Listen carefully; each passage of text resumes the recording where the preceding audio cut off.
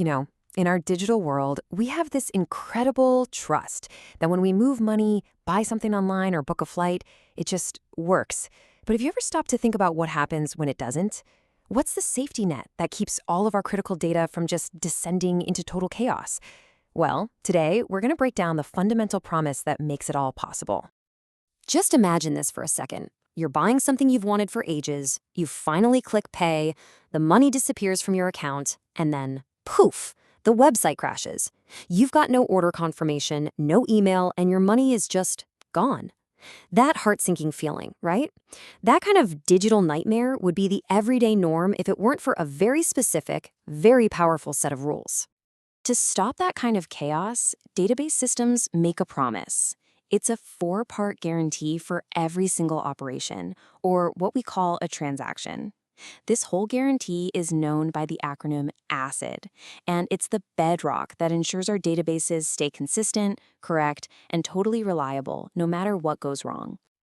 All right, so let's dive in and break this promise down piece by piece, starting with the first letter, A, which stands for Atomicity. This is the absolute core principle that prevents those half-finished disasters, just like that payment that vanished into thin air. So, what is atomicity? Think of it like this. A transaction is treated as one single indivisible unit, like an atom. It's a completely all or nothing deal. If any single tiny part of that transaction fails for any reason at all, the entire thing is instantly rolled back, as if it never even happened. Let's make this real with a simple bank transfer. Okay, step 1. We subtract $100 from account X. So far, so good. But then, bam, the system crashes right before it can add that money to account Y. Without atomicity, that money would just be lost in cyberspace. But because of it, the system is smart enough to see the whole operation failed. So it completely reverses that first step. That $100 goes right back into account X. No harm, no foul. Nothing is lost. So at the end of the day, an atomic transaction only has 2 possible destinations. It either commits, which is a fancy way of saying every single step was successful and the change is now permanent, or it aborts or rolls back, meaning something went wrong and every trace of that partial change is wiped clean. There is absolutely no in-between. All right, so that's A. Next up is C for consistency. See, it's not enough for a transaction to just finish. It also has to leave the database in a good, valid, logical state. It has to follow the rules. Consistency is all about making sure that any data written to the database is valid according to all the rules and constraints that you've set up. This could be something simple like making sure a user's age is a positive number, or something critical like making sure a bank account balance never dips below 0. Whatever the rule, the transaction has to obey it. For example, let's say a transaction tries to withdraw more money than an account actually holds. Well, that breaks a fundamental business rule, right? The database system is designed to automatically catch this violation and will just cancel the entire transaction. It's like a bouncer, preventing any invalid data from getting in. And check this out. It applies on a bigger scale too. Let's say a bank has a system-wide rule. The total amount of money across all accounts must always stay the same. So before the transfer, the total between these 2 accounts is $700. After a successful transfer of $100, yeah, the individual balances have changed, but look, the total is still $700. The books are balanced, the database state is consistent. Okay, so our transactions are all or nothing, and they follow the rules. But what happens in the real world when you have hundreds or maybe even thousands of transactions all trying to happen at the exact same time? That brings us to I for isolation. Isolation is the magic that keeps all these simultaneous transactions from tripping over each other. It creates this illusion that even when a million things are happening at once, each individual transaction gets to operate as if it has the entire database all to itself, completely free from interference. And this is so important because it prevents all sorts of bizarre problems, like a dirty read where one transaction sees another one's messy, unfinished work that might get rolled back a second later. Or how about a non-repeatable read?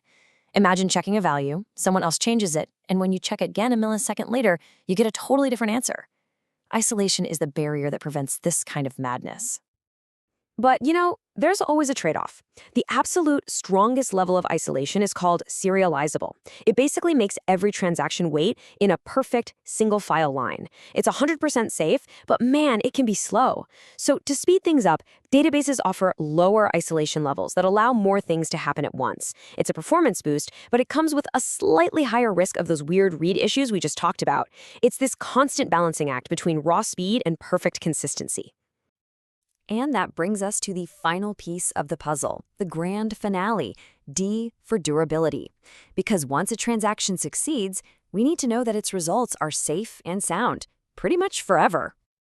Durability is basically the database's pinky promise that once it tells you a transaction is committed, it is done. It's permanent. Those changes are going to survive a power outage, a system crash, pretty much anything you can throw at it. The data is securely saved, period. So how on earth does it do that? Well, it's pretty clever. Before the database even confirms that a transaction is complete, it first writes down what it's about to do in a special logbook on something permanent like a hard disk. This technique is called write-ahead logging. It ensures that even if the whole system goes down in flames, that log still exists, so it can recover all the committed changes when it comes back online. So let's bring it all home. We've got atomicity, consistency, isolation, and durability. ACID. Now let's pull it all together and really look at why this four-part promise is so incredibly fundamental to, well, everything. What I find really fascinating here is seeing how the work is divided up. The database system has all these specialized parts that automatically handle atomicity, isolation, and durability for you. But look closely at consistency.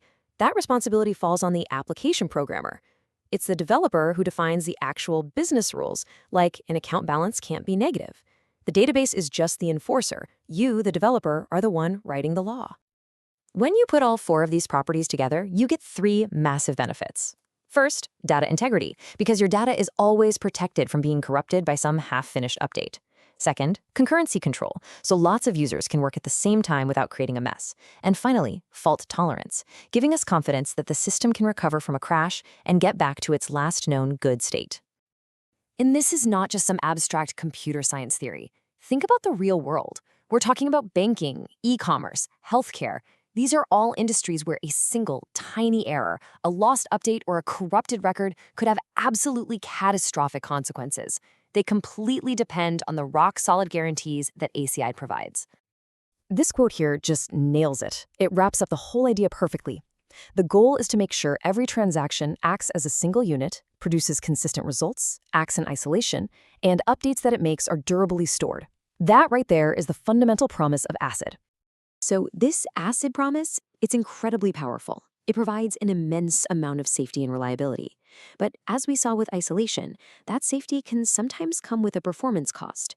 And that leads us to a really crucial question for modern systems. In a world that demands more and more speed and massive scale, is this strict guarantee always the right choice? Well, that's a topic for another day. Thanks for watching.